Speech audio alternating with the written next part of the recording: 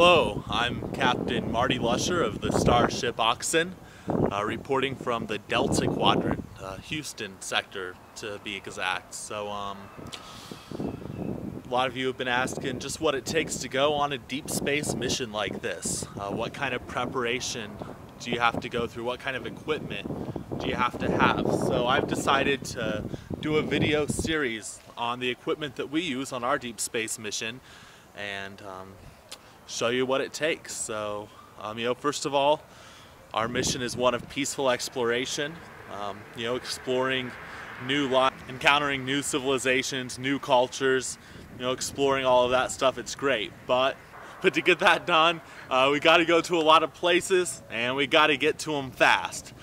So this is Auxin. This is the Starship that I command. He's about 343 meters in length, about 700,000 metric tons, but what he lacks in size, he makes up for in speed and wit. I suppose the most important thing when you have a heavy piece of equipment like this is to make sure you can see where you're going. So we're equipped with both short and long range sensors here. With the long range sensors on, we're capable of seeing about sometimes on a good night, good clear, dark space, about 2 light years away. So that's pretty impressive. As you can see, the port sensor array has been shattered, but thanks to recent advances in technology, we have emergency force fields to temporarily hold everything in place. So another one of our improvisations here. Let's take a look inside. What you're looking at here is a warp 9.975 engine. We can go up to speeds of warp 9.9. That's about 4 billion miles a second. But for safety, we don't really like to get any higher than warp 7.7. Got a dilithium crystal power source here. That powers our communication systems, our external sensors, powers other things like that. And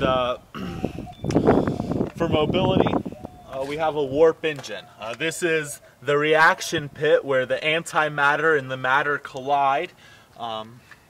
And that's where the magic really takes place. So we also have a liquid cooling system. As you can imagine, this baby can get pretty hot. But even on a hot day when we're going, warp 8 the whole way, we've never had any problems with overheating or anything like that. So that's good. Well, let's take a look on the inside of the Starship. We got about 15 minutes of ship in here, but for brevity's sake today, we're just going to keep everything to the bridge. Alright, this is the command center of the bridge. This is where we can perform all of the vital operations of the ship and monitor all of its functions. So we have some gauges here.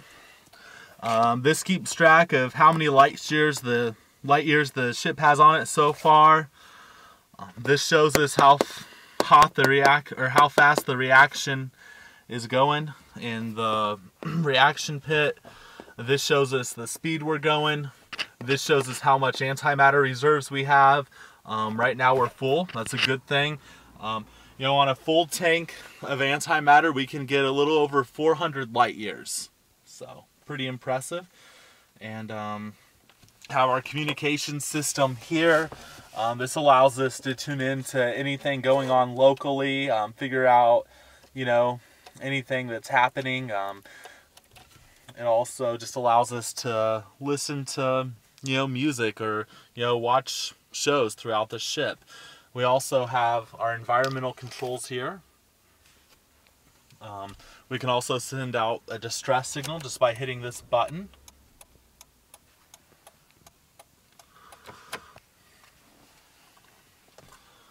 As you can see, we have some short-range sensors that show us what's around the ship, and they are movable.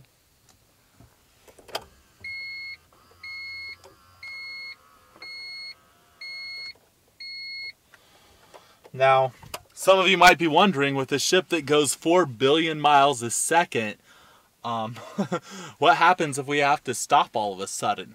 That's why we're also equipped with inertial dampeners. These bad boys right here stop us right in our tracks if we're going maximum warp and we have to come to a sudden stop. Keep us from going out of the view screen. So that's good. We have a manual warp transmission. Allows us to control the power and the speed of the ship much more effectively. And take a look back here. You can see what some of our crew quarters are like. This is where we pick up passengers for different jobs and various other things. We also have an aeroponics bay here full of food reserves. You know, when you're out in the middle of nowhere away from civilization, you got to make sure that you got something to eat on, especially when the replicators go down. All right, let's take a look into the cargo bay. So this is the cargo bay of the ship. She can store about 31,000 cubic feet of storage, and as you can see right now, pretty empty. Got some food reserves in there, got some other emergency supplies, got some warp plasma, some liquid plasma coolant.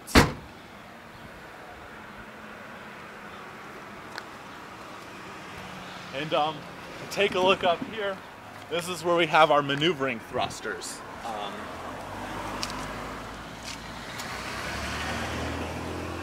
Those thrusters both push us in the right direction, and from the bridge of the ship we're able to guide them into the desired direction that we want to travel.